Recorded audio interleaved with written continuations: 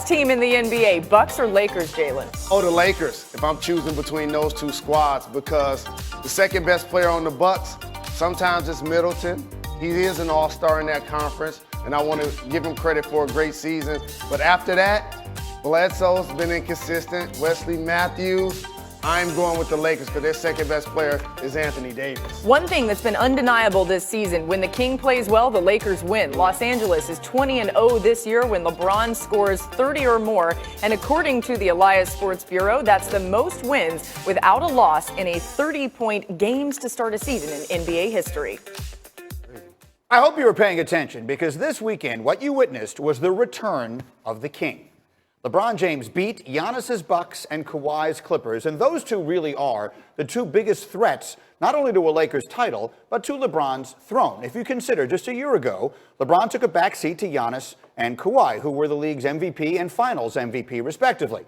And LeBron, as you know, played a career-low 55 games, and he missed the playoffs for the first time since he was 20 years old. But as Brian Windhorst has done a great job of documenting lately, LeBron has reinvented himself. He has backed his new coach. He has backed his organization. He has gone all effort all year. And most important, he has become a full-time point guard. All of that adds up to one of the finest stretches of his brilliant career. Right now, LeBron James is averaging 30 points and 10 assists in his last 9 games.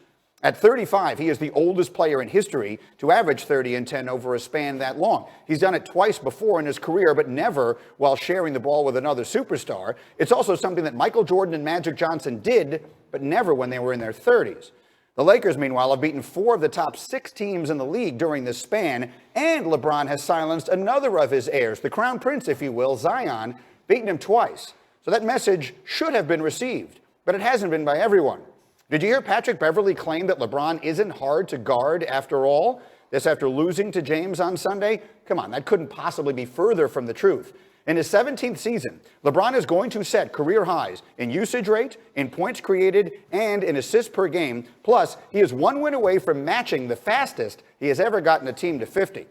So instead of waiting for LeBron to pass the torch, perhaps we should merely bask in its glow and appreciate his greatness while it is with us. That's what I think. And I got Jay Will with me. Thank you. Now let's Everybody wants to hate, just appreciate. Yeah. LeBron, incredible. I will just make this statement to you. LeBron James is the league's MVP this season. In my opinion, that isn't even as debatable as most people are making it based upon the totality of the circumstances. Jalen, your thoughts? So it's not debatable, but yet the guy whose team has the best record averages more points, averages more rebounds, averages more blocks, averages more steals, and his usage rate is higher than LeBron's.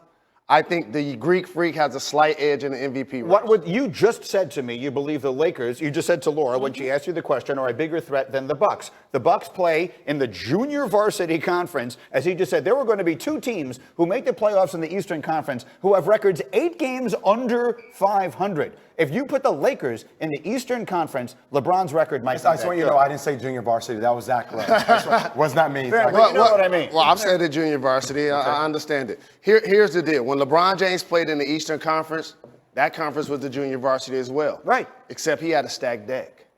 He had Dwayne Wade, he had Chris Bosh, he had Kyrie Irving, he had Kevin Love playing at an all-star level. The Greek Freak is balling in the Eastern Conference. Middleton is an all-star for that conference. Hold on a second, Jay Rose. Chris Middleton, I gave you this stat the other day. Chris Middleton has a chance to be one of 4 players in NBA history. I know we don't talk about him as much because he's not sexy. One of 4 players in NBA history to average over 20 points and shoot 50, 40, 90 from the field. I know he's not the sexy name, but Chris Middleton is just not an all-star in the Eastern Conference. He's an all-star in the league. I don't want to take anything away from the excellence LeBron James has put on display.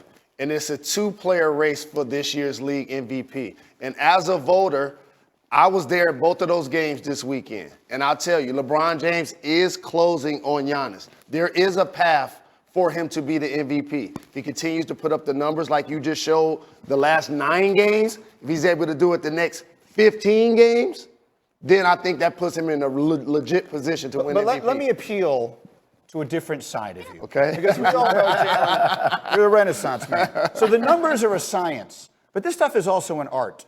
And you know that LeBron James, to have reinvented himself in this way at the age of 35, Crazy. with the Lakers of all teams, with all of the drama that has surrounded them and everything else this year, and him, and all the rest of it, there is a narrative